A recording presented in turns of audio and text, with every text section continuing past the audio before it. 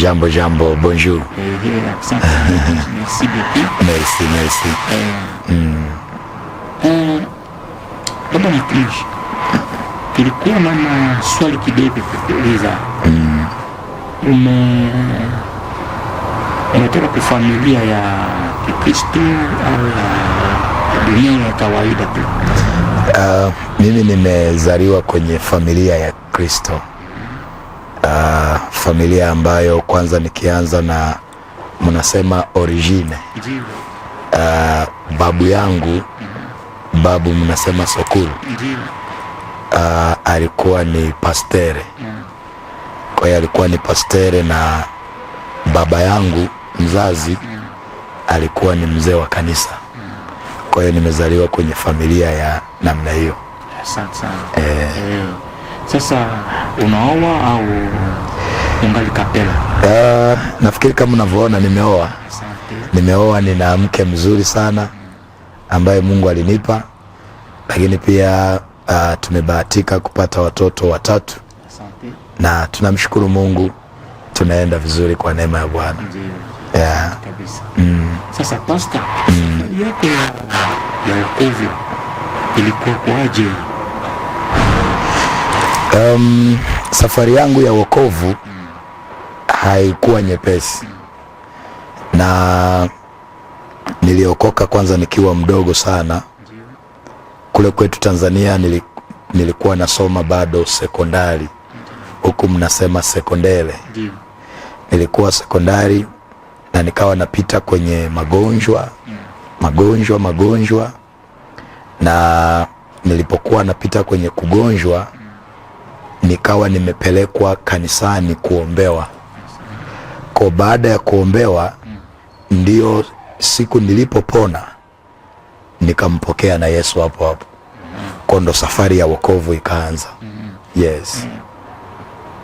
Kanisa gani hivi ambao unashiriki kabisa?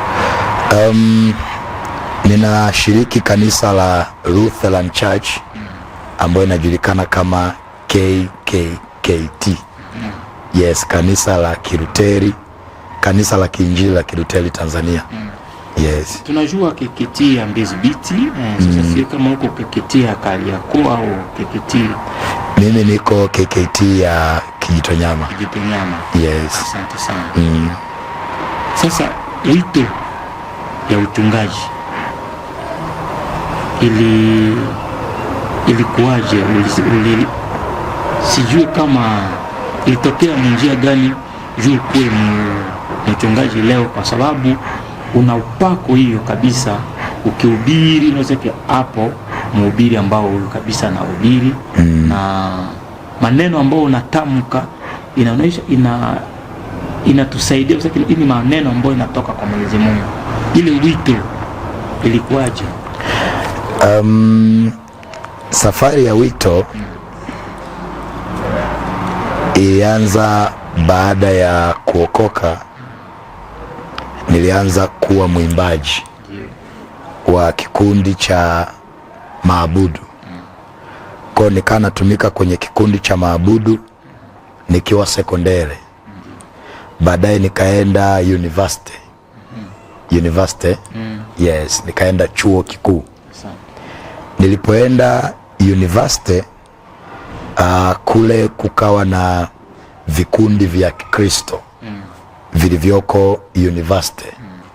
Nikawa nimechaguliwa kuwa mwenyekiti, kuwa kiongozi wa kikundi cha kwaya, sio kwaya ya masomo ya shule, kuwa mwenyekiti. Nikiwa university nilichaguliwa kuwa mwenyekiti wa kikundi cha vijana ambao ni wa Kikristo. Kwa tukawa tuna kipindi cha maombi, yani kufanya ibada tukiwa chuo. Kwa nikaa nimechaguliwa kuongoza hicho kikundi. Kwa kuanzia hapo nilipochaguliwa, ndio nikaanza sasa kuishi wito huo wa kitumishi. Yes. Na pale ndo nikaanza sasa kuwa serious. Nikaanza kuwa serious kusoma Biblia, kuomba, kwa sababu sasa ni kiongozi. Na huku ndani nilikuwa nasikia huo wito. Nilikuwa naona kabisa maisha yangu huko mbele nitakuja kuwa pastere.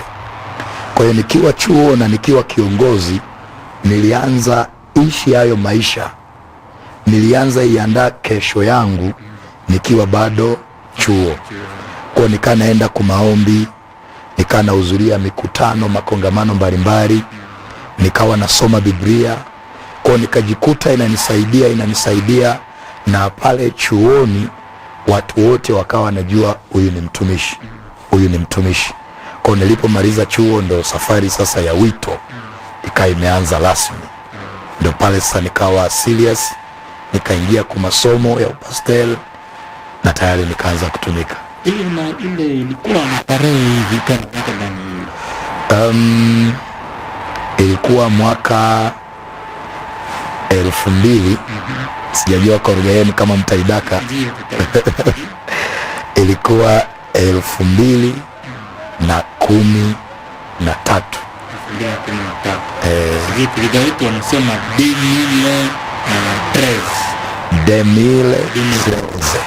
2013. Yes. Samata kwanza ile 2013 mpaka leo inakuwa zaidi ya mwaka 12 ambapo tumeshi. Yes. Asante sana. Nimezeeka. Bado.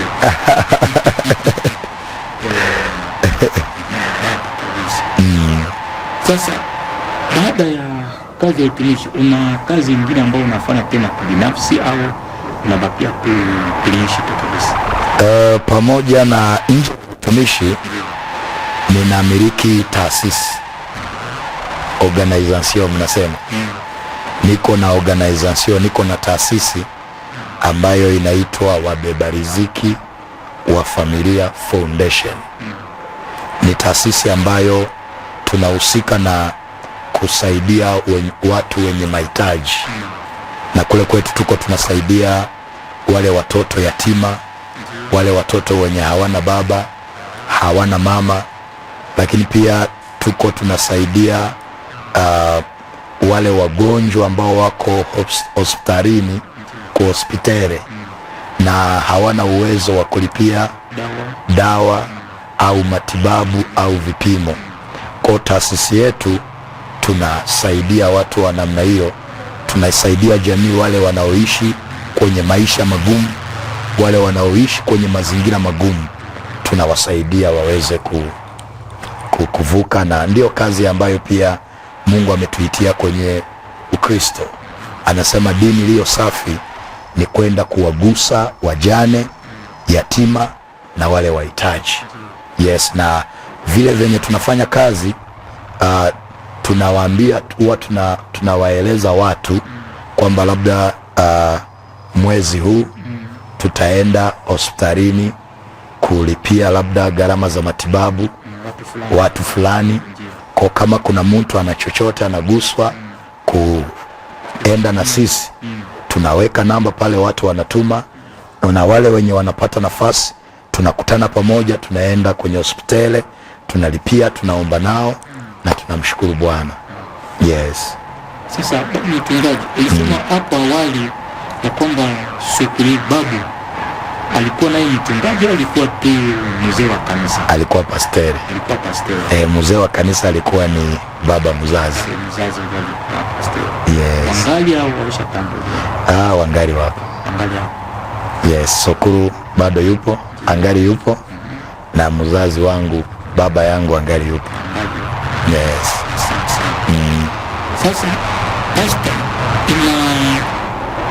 kuhakikisha kabisa ya kwamba imeitwa au kukuwa na maalama fulani ya kuhakikisha kabisa hii imeitiwa kukuwa mchungaji, kusoma Biblia jinsi ulisema uliko shuleni, kuongoza, ila ya kuwa wito iweza kuwa na maalama fulani jinsi tunasema isini sunaweko na kuelewa Kifaransa kidogo kabisa.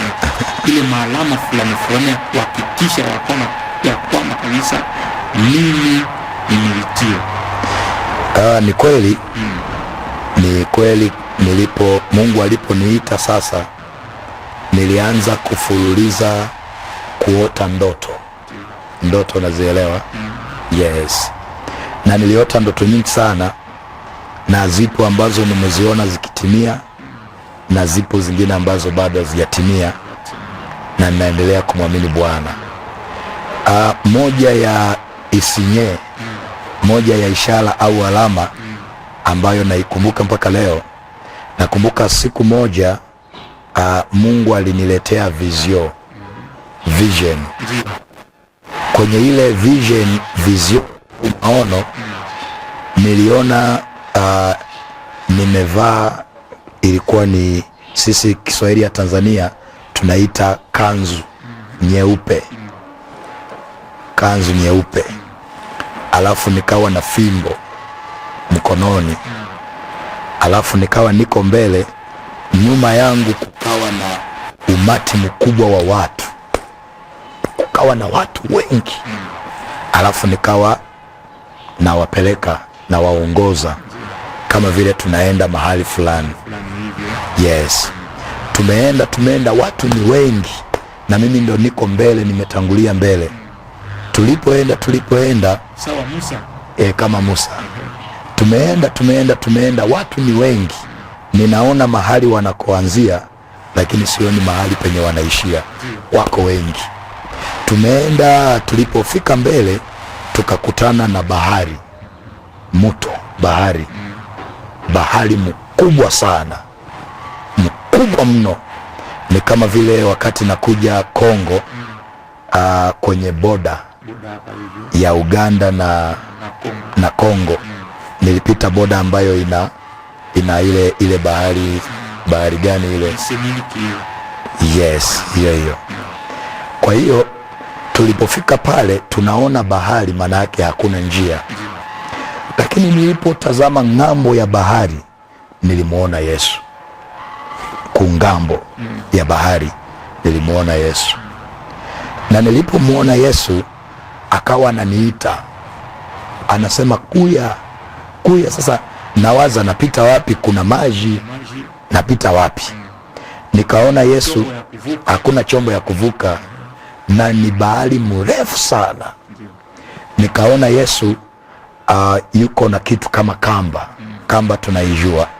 Yes, akarusha kitu kama kamba kutoka mahali penye amesimama kule ngambo na kule kwenye tulikuwa sisi. Kwa hiyo ile kamba aliyorusha ikakuya mpaka mahali penye tulikuwa, na ni kamba nyembamba sana. Kwa akaniambia vuka ukuye. Mimi nikaanza kimbia kwenye ile kamba, ni nyembamba, kamba ndogo, lakini mimi nikaanza kimbia, naenda namfuata Yesu. Nilipofika mahali penye alinikumbatia. Aliponikumbatia akasema, furaha yangu haijakamilika.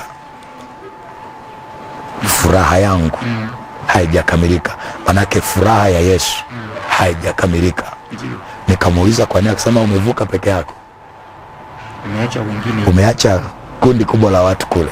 Kwa akaniambia, nakutuma, rudi kule, nenda kawachukue, hakikisha unawavusha kwenye ile kamba, hakikisha unawavusha ili na wao wafike mahali penye nilipo. Ile kamba ulikuwa unashika hivi au ulikuwa unatembea? Nilikuwa natembea juu. Yes, na sikuwa natembea, mimi nilikuwa nakimbia. Nilikuwa nakimbia kamba nyembamba, mimi nakimbia na ndio akaniambia, nakutuma, nenda hakikisha na lile kundi na lenyewe pia linavuka, linakuja mahali nilipo. Sio ikaisha. Pale kitoka na kwenye ndoto. Nilipotoka kwenye ndoto nilikuwa na hofu mkubwa, kwa sababu nimemuona kabisa Yesu, na kilikuwa ni kitu kikubwa. Cha kwanza nilianza ile vizio. Ningekuwa nyumbani kwangu Tanzania, ningekuonyesha niko na daftari ambayo nilikuwa naandika kila kitu chenye Mungu alikuwa ananiambia. Hiyo ni mwaka 2013. Ni mwaka 2000. Kila kitu Mungu alikuwa ananiambia naandika. Kwa hiyo ningekuonyesha niliandika tarehe gani, muda gani, ningekuonyesha niliandika. Jinsi yote tunazoea kuhubiri baba mchungaji, keno wito ya Mungu haikose na vikwazo, shida. Ina vikwazo na shida na tatizo ambayo unapata katika hii wito? Nafikiri somo ambalo nimefundisha hapa Butembo Sandre, nilifundisha kitunguu wa Kimasio. Na kwa mfano ukisoma kwenye Biblia, wacha tusome maandiko hapa. Uko na Kiswahili ya Kongo, tusome hapo.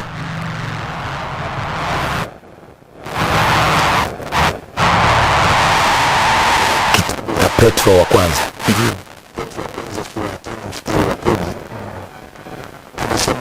Mungu wa neema yote pia katika utukufu wake wa milele katika Kristo, kwa muda kidogo yeye atawatengeneza na kuwathibitisha na kuwatia nguvu. Napoeleza hicho chenye meniuliza, msaidie na msikilizaji anayesikiliza na kututazama. Inawezekana na yeye ako na wito wa utumishi ndani yake, lakini anapita mahali pagumu, na ni kweli Mungu ameniita, nataka nijibu kwenye mstari anasema, na Mungu wa neema yote aliyewaita. Kabla Mungu kwa mujibu wa hili andiko anaachilia neema, grace, anaachilia neema juu ya mtu, na cha pili anamuita. Manake na wito uingie kwenye kazi yake, uingie kwenye utumishi. Na akisha, cha kwanza ni neema, cha pili ni wito anakuita, cha tatu ni kuteswa. Manake ndio hizo changamoto, ndio hizo vita. Na hapa anasema Mungu wa neema yote aliyeita kuingia katika utukufu wake katika Kristo, kiisha kuteswa kwa muda kidogo. Kwa ukishapewa neema ukaitwa, cha tatu ni kuteswa. Na hapa kwenye kuteswa ndio hiyo utapitia matandasio, majaribu ya kila aina, utapita kwenye vita, utapita kwenye vikwazo. Hakuna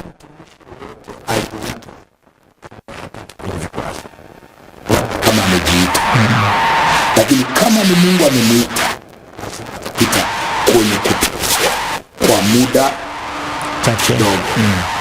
Na tunafahamu huu muda kwa Mungu siku moja ni sawa na miaka 1000 sawa. Kwa hapa sema na kuteswa kwa muda kidogo, mwingine inaweza ikawa ni miaka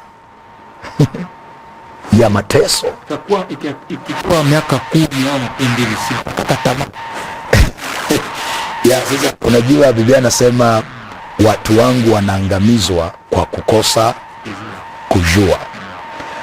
Cha kwanza, Mungu akishakuita, kabla hujaenda kwenye kazi yake, atataka kwanza ukae, jifunze, umjue. Changamoto ya watumishi wengi, tunataka enda tumika bila kukaa kwanza naye tumjue. Wanafunzi Yesu aliwaambia, nendeni mkanisubiri, mkakae. Kukaa manake wakae, wajifunze, wamjue kabla hawajatumika.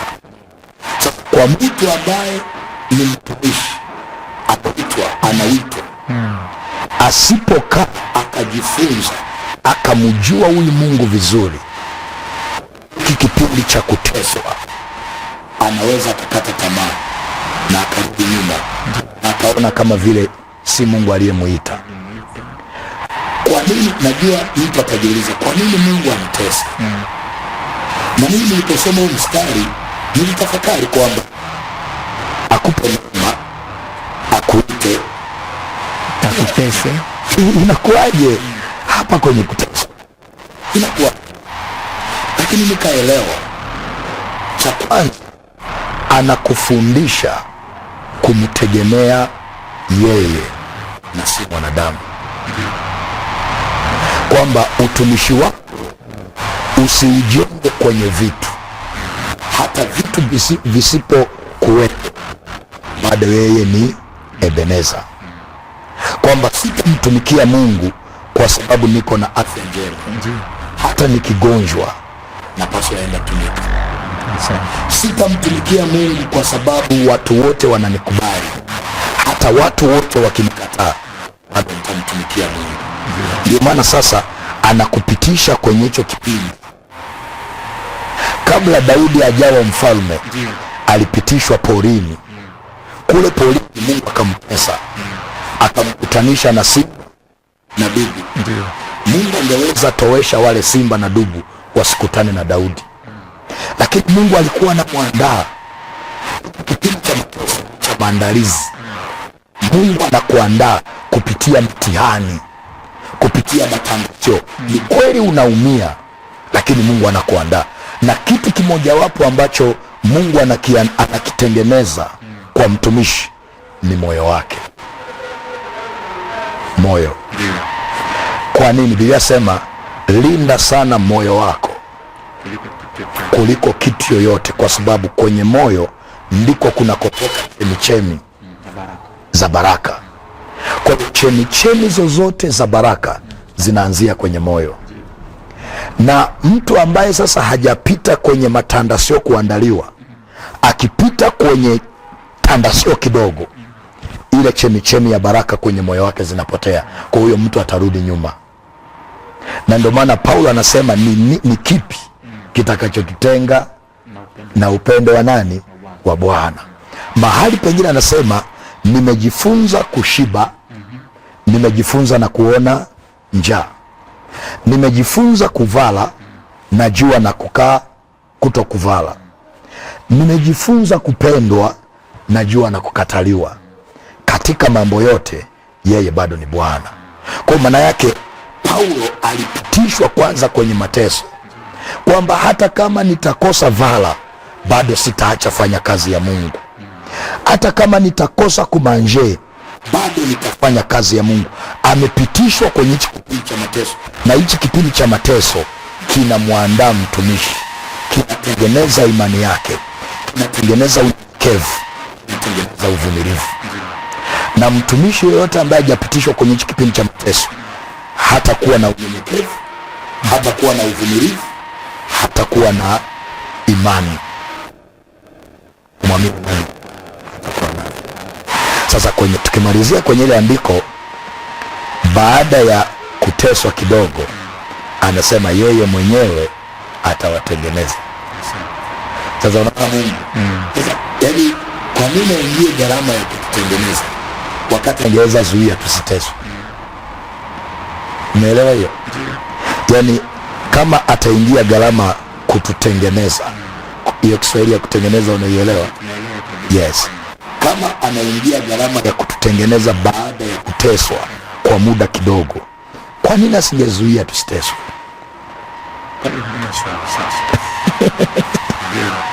Kwa nini asingezuia tusiteswe? Ndio hilo nilisema, hichi kipindi cha mateso ni kipindi ana mtumishi kwa ajili ya kazi yake. Ni kama vile mwanajeshi, mnaelewa? Tunasema kijeshi. Jeshi. Askari. Askari. Askari yoyote kabla hajawa askari haendi kutengenezwa kwa kula chapati. Anatengenezwa kwa mazoezi, tena mazito. Anaweza ona kama anateswa, lakini anaandaliwa kuwa askari. Kwa hiyo kinachoandaa askari yale mazoezi anayopewa kwenye maandalizi. Kuna saa ataambiwa akienda kwanza kule kwetu Tanzania wanakaa miezi 6 bila kulala usiku, hamuna kusinzia. Miezi ngapi? 6. Wanapewa mazoezi ya kwa miguu kilomita kadhaa, yaani kama vile utoke hapa Beni ni karibu, tembea kwa miguu hapa na Beni ni kilomita 50 hivyo chache. Kule kwa Tanzania unaweza enda kama kilomita 100. Wanajeshi wanatembea na wanarudi. Wengine wananyimwa hata chakula. Ataenda vitani hata chakula. akikosa chakula aache mapigano? Anatakiwa endelea kupigana hata kama ana njaa. Kwa anafundisha uvumilivu katika mazingira yoyote anayeweza kukutana nayo. Kama nani? Kama vivyo hivyo na mtumishi, kabla Mungu hajakupeleka kwenye shamba lake, lazima sasa anakupitisha kwenye hicho kipindi cha mateso, kukutengenezea mazuri, kukutengenezea uvumilivu, kwa mazingira yoyote nitakayokutana nayo bado endelea kusema Yesu ni Bwana. Kwa sasa ukishapita hicho kipindi cha mateso, anakutengeneza. Alafu anasema akisha kutengeneza anakuthibitisha. Sijajua neno kuthibitisha kwa Kiswahili yenu. Yes, proving, to prove someone. Kiswahili kizuri mnasemaje? Kuprove. Kwa hiyo cha kwanza anakupa neema, cha pili anakupa wito, cha tatu anakutesa cha nne anakutengeneza, cha tano anakuprove. Yes. Kwa hiyo kujibu hilo swali, kwenye maisha yangu kwanza, tangu nikiwa mtoto mdogo hata wito nilionao, nilipita kwenye changamoto nyingi sana. Shetani alikuwa anapambana na ule wito nilionao ndani yangu. Hata baada ya kuokoka na kuanza utumishi, kumekuwa na milima na mabonde, milima na mabonde, lakini ndio hivyo ameshaniandaa. Kwa hata nikikutana na haya mateso, najua utumishi mkuu ulioko mbele yangu. Kwa yule mtu mwenye ananisikiliza hapa, kama unapita kwenye mateso, Mungu anakuandaa. Mungu anakuandaa. Kazi yenye iko mbele yako ni kubwa mno, na ndio maana Mungu anakuandaa. Mungu anakutengeneza, kwa sababu kwenye Kiingereza huwa tunasema if you want to be at the top, usiogope kuwa topic. Kwamba pastere ni kiongozi, manake ni mtu ambaye ataonekana kwa haraka yuko hapa juu. Sasa kama unataka kuwa hapa juu, usiogope kuzungumziwa na kila mtu. Kuna mtu atakuzungumza vizuri, kuna mtu atakuzungumza vibaya. Sasa kama hujaandaliwa, mtu akakupinga kuzungumza vibaya, huna utumishi. Ndio maana hata Yesu mwenyewe kuzungumza vibaya, lakini kazi. Yes, kuna watumishi yani akikutana tu na upinzani kidogo anaacha utumishi, akisema kidogo anaacha utumishi. Lakini nataka ufahamu, wewe ni kiongozi. Tukija kwenye usharika, wa kwanza tunayemwona ni pastere. Kwa kama wa kwanza tunayemwona ni pastere, uwe na uhakika wa kwanza tutakayemsema, tutakayemzungumzia vizuri au vibaya ni pastere. Kama ni kiongozi wa kwaya, wa kwanza tutakayemzungumzia vizuri au vibaya ni kiongozi wa kwaya. Kwaya ikienda mzuri, tutamzungumzia vizuri kiongozi wa kwaya. Kwaya ikienda vibaya, lawama tutazitupa kwa nani? Kwa kiongozi. Sasa kama hajaandaliwa moyo wake, ndio hiyo akisemwa anaacha. Huyo hajaandaliwa. Kwa ndio maana Mungu anakupitisha kwenye maandalizi, kwenye hizo changamoto, anakuandaa kwamba hata ukianza kazi ya Mungu, ukikutana na upinzani, ukikutana na changamoto, bado unaendelea kuifanya kazi ya Bwana. Hakuna kurudi wapi? Yes. Merci beaucoup. Sasa urudi pale mbele, ni kisu lisema Bwana Yesu akisha kukumbatia, sema kufurahi, alikutuma kwa sababu ulivuka wewe binafsi ukiacha kundi. Sasa ile kundi yenye alikutuma ukichukua, sikilikuwa unahakikisha kabisa huko unaipeleka kabisa. Ninahakikisha hiyo kundi, ndio maana alinituma kuhakikisha kwamba ninawafundisha ili waweze kumjua na waweze kuipata njia na waweze kupita kwenye hiyo njia kwenda mpaka Yesu alipo. Na ndio maana mimi nawafundisha watu wamjue Mungu na kama umefuatilia hata mafundisho ya wiki yangu hii, nilikuwa naingia ndani kwenye Biblia, sio tu nasoma mstari mmoja au nazungumza tu maneno. Nilikuwa nawapa mstari ili kumsaidia mtu amjue Mungu, alafu aamue mwenyewe kwamba ninamfuata nani? Ninamfuata Yesu. Yes.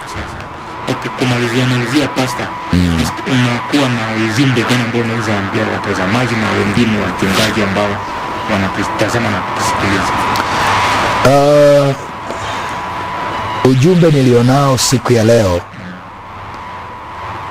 kwa mtumishi unayemtazama au Mkristo yeyote unayemtazama, safari ya kwenda mbinguni sio ya mchezo, na maandiko yanasema njia inayoenda mbinguni ni nyembamba, imesonga, na kwa lugha ya kwenu tunasema matandasio ya kila aina, lakini Biblia anasema atakayevumilia hata mwisho ndiye atakayeshinda. Na njia kwenda upotevuni ni pana, ambayo kila mtu angetamani aipite, kwa sababu sisi wanadamu tusingetamani kupita kwenye matandasio. Na mtu taniuliza, tumishi, kwa nini matandasio? Wakati mwingine Mungu anaruhusu kupita kwenye matandasio, anajivunia sisi kama alivyojivunia Ayubu. Anamwambia Shetani pale kwenye nchi ya Kongo, umemuona mtumishi wangu anashikamana na kweli, hata apite kwenye tandasio ya namna gani hawezi niacha. Kwa Mungu anamlingishia Shetani. Shetani anasema Mungu niruhusu nipeleke uone, achi. Akamwambia peleka tandasio kwa Ayubu, na tuliona alipoleta tandasio kwa Ayubu, Ayubu bado aliendelea kushikilia imani. Na jaribu waza, wewe mtu wa Kongo, Mungu akileta ruhusu matandasio, bado utaendelea kuishika imani au utaikana imani? Nataka ukumbuke kwamba tuko nyakati za mwisho. Shika sana ulicho nacho, Shetani asije akakunyang'anya na akaitoa taji yako. Ni kweli njia ni nyembamba, imesonga, lakini Mungu ametuhakikishia wokovu. Yeyote atakayevumilia mpaka mwisho ataokolewa. Na mimi niko hapa kukutia moyo ya kwamba hakuna tandasio linalokaa miaka yote au maisha yako yote. Kama ambavyo giza linaingia lakini baadaye pambazuko linakuja, ndivyo maisha. Leo ni kweli unalia, lakini kesho utacheka. Leo ni kweli amani haipo kwenye nchi yako, haitakuwa miaka yote. Leo tunalia kama nchi. Mungu amenituma kusema kesho utakaa kwa amani, mtamfurahia Mungu. Hako inapita mahali pagumu, haina maana siku zote hapo. Mungu ataleta furaha, Mungu ataleta kicheko.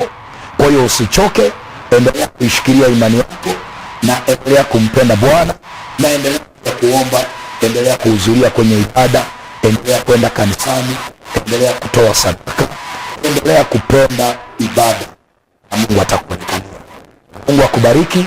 Na ninayezungumza hapa naitwa Mwalimu Emilian Katubaemo kutokea Tanzania, na ninapatikana pia social media, kwenye mitandao ya kijamii. Ninapatikana kwenye Facebook, napatikana kwenye TikTok, napatikana pia Instagram, na napatikana pia na YouTube kwa jina la Mwalimu Emilian Katubaemo. Akisha unanifuatilia na akisha una subscribe. Mungu akubariki. Amen. Amen. Pastor, merci beaucoup. nashukuru sana. Merci beaucoup. Wapenda watazamaji wa television Tuambiane, tunashukuru sana kutufuata. Tunafika mwisho kipindi hiki Monapelo. Mimi niite Papili Sangi, na kwa kamera ilikuwa na ndugu zake. Tunashukuru sana, tunawapenda. Asante.